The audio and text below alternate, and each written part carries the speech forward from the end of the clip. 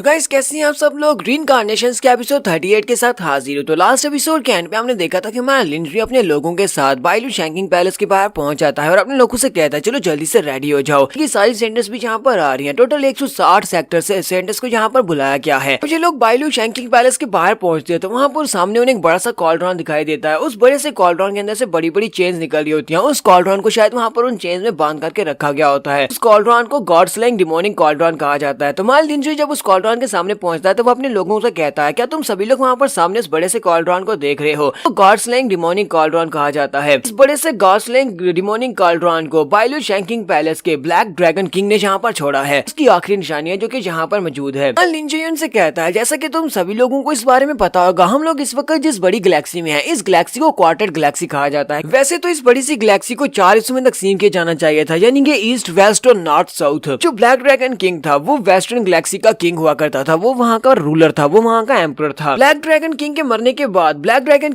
के बाद उसका जो गैलेक्सी एरिया था, उसका जो वेस्टर्न गैलेक्सी एरिया था, उसके ऊपर नॉर्दर्न एरिया वालों ने कब्जा कर लिया। नॉर्दर्न और साउथ एरिया वालों ने आधे आधे टुकड़े के ऊपर कब्जा कर लिया, जिसके बाद उसे नॉर्थ वेस्ट और साउथ वेस्ट कहा जाने लगा। और इसको इसी वजह से क्वार्टर गैलेक्सी कहा जाता है क्योंकि इसके सिर्फ और सिर्फ 3 रीजन है। जो नॉर्थ वेस्ट गैलेक्सी एरिया है वहाँ का जो रूलर है वो 7 डीमन एम्परर है। तो 7 डीमन एम्परर ने किंग के जितने भी रिसोर्सेज थे उन सभी के ऊपर कब्जा कर लिया, लेकिन वो एक चीज को हासिल नहीं कर सका। वो ब्लैक ड्रैगन किंग की इनहेरिटेंस की पावर थी, वो इनहेरिटेंस की पावर को नहीं ले सका। वो बहुत ज्यादा इंपॉर्टेंट थी, इसी वजह से वो आज भी उस पावर को लेने के लिए कुछ भी कर सकता है। इसी वजह से 7 डीमन एम्परर हमेशा से बाइलू शैंकिंग पैलेस वालों का दुश्मन रहा है, क्योंकि इन लोगों के पास भी आधी इनहेरिटेंस की पावर है, लेकिन वो कभी भी उस इनहेरिटेंस की पावर को इनसे ले नहीं सका। लिंड्री वहाँ से सीधा बाइलू शैंकिंग पैलेस में पहुंच जाता है, जहाँ से वो ब्रदर किन को ढूंढता है। ब्रदर किन को ढूंढने के बाद वो कहता है 7 डीमन एम्परर को हराने वाले हैं और 7 डीमन एम्परर को हराने के लिए हमारे पास ब्रह्मा फ्रूट होना चाहिए और साथ में हमारे पास ब्लैक ड्रैगन एम्परर की पावर होनी चाहिए। उसके इनहेरिटेंस की पावर हमें मिल जाती है तो हम लोग 7 डीमन एम्परर को हरा सकते हैं। ये बात सुनने के बाद ब्रदर किन से कहता है क्या तुम्हें वाकई में पता है कि तुम ब्लैक ड्रैगन किंग के इनहेरिटेंस की पावर को ढूंढ सकते हो, क्योंकि कोई भी इसको नहीं ढूंढ सका। हमारा लिंड्री से कहता है क्योंकि किसी को पता नहीं है कि वो कहाँ पर है और मुझे पता है कि वो कहाँ पर रखी हुई है। जब ब्लैक ड्रैगन किंग मरने वाला था से पहले उसे पता था कि कोई भी उसकी इनहेरिटेंस की पावर को संभाल कर नहीं रख पाएगा, इसी वजह से उसने अपनी इनहेरिटेंस की सारी बची कुची पावर को गॉड स्लेइंग कॉल्ड्रॉन के अंदर सेव कर दिया। उसने उसे वहाँ पर छुपा दिया था ताकि कोई भी उसको ढूंढ न सके। लेकिन उसको हासिल कर पाना इतना भी आसान नहीं है, क्योंकि अगर उसको इतनी आसानी से हासिल कर सकते तो 7 डीमन एम्परर कब को उसको वहाँ से निकाल चुका होता। ब्रदर किनो से कहता है ब्रदर लिन तुम्हें इतनी सारी चीजों के बारे में कैसे पता है, तुम्हें ये कैसे पता कि वहाँ पर ड्रैगन किंग की पावर्स बढ़ी हुई हैं। लिंड्री उसे असली बात तो नहीं बताने वाला। वो उसे कहता है क्या तुम्हें याद है कि मैंने लास्ट टाइम फ्यूचर देखने के बाद तुम्हें बताया था कि मैंने तुम्हारे बाइलू शैंकिंग पैलेस के फ्यूचर को देखा है। इतना मैंने यहाँ पर ये सब कुछ भी देखा है। ये सब कुछ देखने के बाद ही मुझे पता चला है कि उस एम्परर ने यानी ड्रैगन किंग ने अपनी सारी इनहेरिटेंस की पावर्स को गॉड स्लेइंग डिमोनिक कॉल्ड्रॉन के अंदर छुपा कर रखा हुआ है। साथ ही हमारा लिंड्री अंदर से सोच रहा होता है प्लीज ब्रदर किन मुझे माफ करना, मैं तुम्हें यहाँ पर ये बात तो नहीं बता सकता। मैं पूरे 1 लाख की रीइंकार्नेशन साइकिल्स के बाद यहाँ पर पहुंचा हूँ, जिसकी वजह से मुझे ये सब कुछ पता चला है कि ये बात सुनने के बाद तुम और भी ज्यादा शॉक हो जाओगे। इसी वजह से मैं अपने सीक्रेट को सीक्रेट ही रखने वाला हूँ। हमारा लिंड्री अपने पास उसका दिया हुआ ग्रीन टोकन वापस निकाल देता और कहता है ये टोकन तुमने मुझे दिया था तुम्हें ढूंढने के लिए, तो ये टोकन मैं फिलहाल के लिए तुम्हें वापस देने वाला हूँ, क्योंकि यही वो टोकन है चाबी के तौर पर काम करेगा। ब्लैक ड्रैगन किंग की इनहेरिटेंस की पावर को अनलॉक करने के लिए तुम्हें इस टोकन की जरूरत पड़ेगी।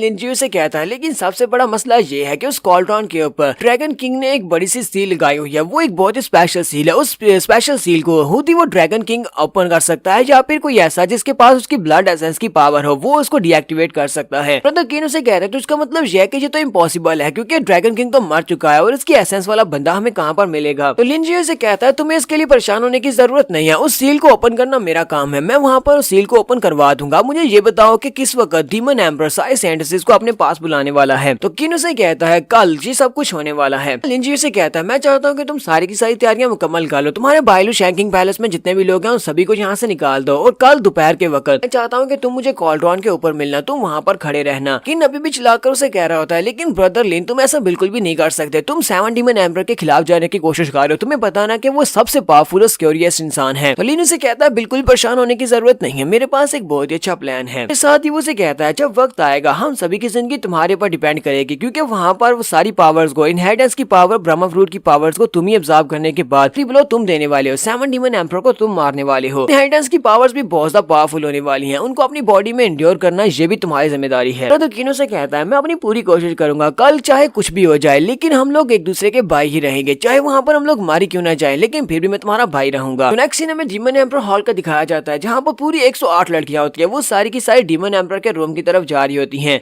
वहाँ पर उन लड़कियों से कहा जाता है कि तुम सारी की सारी सेंडेंस जो कि यहाँ पर शादी करने के लिए आई हैं, सिर्फ की सिर्फ वही लड़कियां यहाँ पर इस हाल के अंदर इंटर हो सकती है। इसके अलावा तुम्हारे जितने भी फैमिली मेंबर्स हैं वो अंदर नहीं आ सकते, उनको दूर रहना होगा। सबसे आगे प्रिंसेस जीजी और उसके साथ शानियर होते हैं और प्रिंसेस जीजी के हाथ में वो रे फॉर्मेशन होती है। हमारे लिंजुई ने ये वाली रे फॉर्मेशन उसके हाथ में दे दी होती है ताकि वो इसको कंट्रोल कर सके। वहाँ पर पहुंचने के बाद वो पीछे हमारे लिन की तरफ देखती है और उसे कहती है, मैं यहाँ पर तुम्हें बिल्कुल भी लेट डाउन नहीं करने वाली, जैसा कि तुमने प्लान बनाया था बिल्कुल उसी प्लान के मुताबिक ही चलेंगे। हमारा लिन जिसे वहाँ पर इशारा करता है और कहता है, तुम बहुत ही अच्छा कर रही हो। हल्का सा मुस्कुराती है और कहती है, हाँ क्यों नहीं। लिंजुई अपने लोगों से कहता है, चलो जल्दी से तुम सभी लोग भी रेडी हो जाओ। मैंने जीजी को वो वाली रे फॉर्मेशन इसलिए दी थी, जब वो वहाँ पर उसके करीब पहुंचेगी तो वहाँ पर जाने के बाद वो उसको एक्टिवेट कर देगी। इस वजह से लूशो बेजर्क हो जाएगा, उसकी पावर बढ़ेगी, अपनी कैद को तोड़कर वहाँ से बाहर निकल आएगा और 7 डीमन एम्पर को जाकर उससे फाइट करना पड़ेगी। जैसे ये सब कुछ होगा हम लोग उसी वक्त अपनी चाल चलेंगे। आज की बैटल फाइनल बैटल समझो, क्योंकि आज यहाँ पर अगर हम लोग बच जाते हैं तो हम लोग पूरे की पूरी नादरन राम के भी एम्पर बन जाएंगे। इसी के साथ ही प्रिंसेस जीजी वहाँ पर रे फॉर्मेशन को एक्टिवेट करती है। जैसे वो उसको एक्टिवेट करती है तो लूशु पूरी की पूरी जेल को तोड़कर बाहर निकल आता है और साइज में काफी ज्यादा बड़ा हो जाता है। उसी वक्त 7 डीमन एम्पर भी वहाँ से बाहर निकलता है। 7 डीमन एम्पर उसके सामने आकर खड़ा हो जाता है और कहता है, इस कमीने को तो मैंने पिछली बार बहुत ही बुरी तरह से जख्मी किया था। इसको जख्मी करने के बाद मैंने इसे जेल के अंदर बंद कर दिया था, लेकिन ये कमीना फिर से बाहर निकल आया है। ये इतनी जल्दी से अपने आप को रिकवर कैसे कर पाया है। सभी देखने वाले बहुत ज्यादा हैरान हो रहे होते हैं और कहते हैं, यहाँ पर क्या हो रहा है। वो सामने देखो, वहाँ पर तो 7 डीमन एम्पर है। वो कार्मा डीमन एम्पर किसके साथ फाइट कर रहा है? लगता है कि वो लूशु के साथ फाइट कर रहा है, वही डीमन लॉर्ड जिसको कालजे पकड़ कर लाए थे। लिंजुई अपने एल्डर से कहता है, प्रिंसेस जीजी ने अपना काम कर दिया है और इस वक्त डीमन लॉर्ड मचा रहा है और 7 डीमन एम्पर उससे फाइट कर रहा है ताकि उसे रोक सके। अब वक्त आ चुका है, चलो जल्दी से आगे बढ़ो। और सभी लोग बड़ी स्पीड से आगे बढ़ते हैं। ये सभी लोग आगे बढ़ रहे होते हैं, जबकि वहाँ पर गेट के ऊपर जो गार्ड्स खड़े होते हैं वो लोग कहते हैं, तुम लोग कौन हो? तुम लोग यहाँ पर बिल्कुल भी नहीं आ सकते, ये 7 डीमन एम्पर का एरिया है, तुम लोगों को यहाँ पर मार दिया जाएगा। जब ये गार्ड्स उनके ऊपर अटैक करके उनको रोकने की कोशिश करते हैं, तुम्हारा लिंजुई सबसे आगे होता है। लिंजुई वहीं पर अपना हाथ आगे की तरफ करता है और अपने पपेट को बाहर निकाल देता है। अपने पपेट से कहता है, मैं इन सभी को तुम्हारे पर छोड़ रहा हूँ। वो एल्डर से कहता है, तुम सभी लोग यहाँ पर संभालो और मैं आगे बढ़ रहा हूँ। और सभी से कहते हैं, ठीक है सेंट किंग तुम आगे चले जाओ, हम लोग यहाँ पर सब कुछ संभाल लेंगे। गार्ड्स कहते हैं, ये यहाँ पर करने की क्या कोशिश कर रहे हैं? ये 7 डीमन एम्पर के एरिया में क्यों घुस रहे हैं? इनकी हिम्मत तो देखो, ये यहाँ पर 7 डीमन एम्पर के हाल में पहुंच आए हैं, जहाँ पर वो अपनी मेडन्स को एक्सेप्ट करने की कोशिश कर रहा है। उनमें से कहता है, ये सभी लोग हमारे डीमन एम्पर के खिलाफ कुछ करने की कोशिश कर रहे हैं, जल्दी सभी लोग इन लोगों को मार डालो, इनमें से कोई बचना नहीं चाहिए। सभी लोग आगे की तरफ बढ़ते हैं और कहते हैं, अगर हम लोगों ने इनको पकड़ लिया, इनको सभी को मार दिया तो डीमन एम्पर हमें काफी सारा रिवार्ड देगा, क्योंकि हमारा कंट्रीब्यूट करने का वक्त आ चुका है। कि उसी वक्त मास्टर लू लिंग का पंच उसके मुंह पर पड़ता है, जिससे उस बेचारे को जबरदस्त झटका लगता है और वो पीछे दीवार के साथ जाकर पटकता है। सिर्फ एक ही पंच में वहीं पर मर जाता है और उस बेचारे का कंट्रीब्यूशन लेने का ख्वाब ही रह जाता है। लू लिंग उन सभी लोगों से कहता है, तुम में से जो भी यहाँ पर हमें रोकने की कोशिश करेगा वो हमारे हाथों से मरेगा। आज फॉरगेटेड इमोर्टल सेक्टर के रास्ते में कोई भी नहीं आ सकता। वो सभी गार्ड्स कहते हैं, ये लोग तो काफी ज्यादा स्ट्रॉन्ग है, इनका क्या करें, हम लोग तो इनका मुकाबला नहीं कर सकते। दूसरा गार्ड उसे कहता है, बकवास बंद करो, ये सिर्फ और सिर्फ 7 ही लोग हैं, हम लोग इतने ज्यादा हैं, हम इन सभी को हरा सकते हैं। से कहता है, हाँ तुमने बिल्कुल ठीक कहा, हमारे पास बहुत सारे लोग हैं, हम इनसे आउट नंबर कर रहे हैं, लोग बड़ी आसानी से इन सभी को हरा देंगे, चलो जल्दी से आगे बढ़ो। एल्डर्स भी एक तरफ से रेडी हो जाते हैं, जबकि दूसरी तरफ से वो सभी लोग उनके ऊपर अटैक करने के लिए रेडी हो रहे होते हैं। जब वो उनके ऊपर अटैक करने के लिए आगे बढ़ रहे होते हैं, उसी वक्त वहाँ पर वो छोर लोग भी अपीयर होते हैं, वो अपनी आर्मी लेकर आए होते हैं। ये लोग नाइट किंग सिटी से होते हैं। नाइट किंग सिटी के लॉर्ड जहाँ पर होती है स्पेशली पहुंच जाते हैं। के फादर वहाँ पर अपनी आर्मी लेकर आए होते हैं। वो सभी लोग कहते हैं,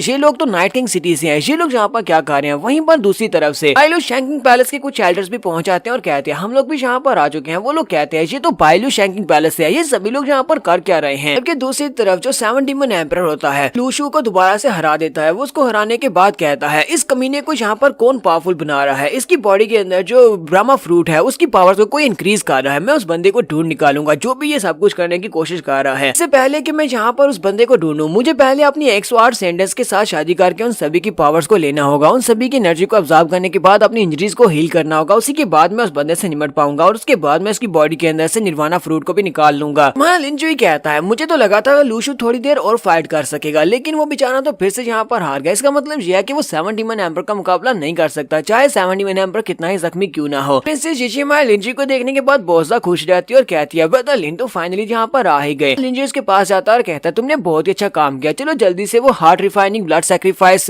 वाली रिफॉर्मेशन मेरे हवाले करो। साथ ही लिन उसे कहता है, शान और बाकी की सभी लड़कियों को अपने साथ लो, जहाँ पर रेयर एंट्रेंस से वापस चली जाओ, सभी की सभी सेंडेंस हो, तुम सभी लोग 7 डीमन एम्पर के लिए बहुत ज्यादा जरूरी है, इसी वजह से कोई भी तुम्हें नुकसान पहुंचाने की कोशिश नहीं करेगा। कहती है, ठीक है जैसा तुमने कहा, मैं इन सभी लड़कियों को लेकर यहाँ से निकल जाती हूँ। सभी के वहाँ चले जाने जाने के बाद हमारा लिंजू रे फॉर्मेशन को अपने हाथ में एक्टिवेट करता और कहता है लगता है कि मुझे ये सब कुछ अपने ही हाथ से करना पड़ेगा। तो यहाँ पर हम लोग अपनी एपिसोड 38 का एंड करेंगे। एपिसोड की एक्सप्लेनेशन अच्छी लगी हो तो कमेंट करके जरूर बताइएगा। चैनल को सब्सक्राइब करते हैं, वीडियो को लाइक और शेयर कर दे। शुक्रिया।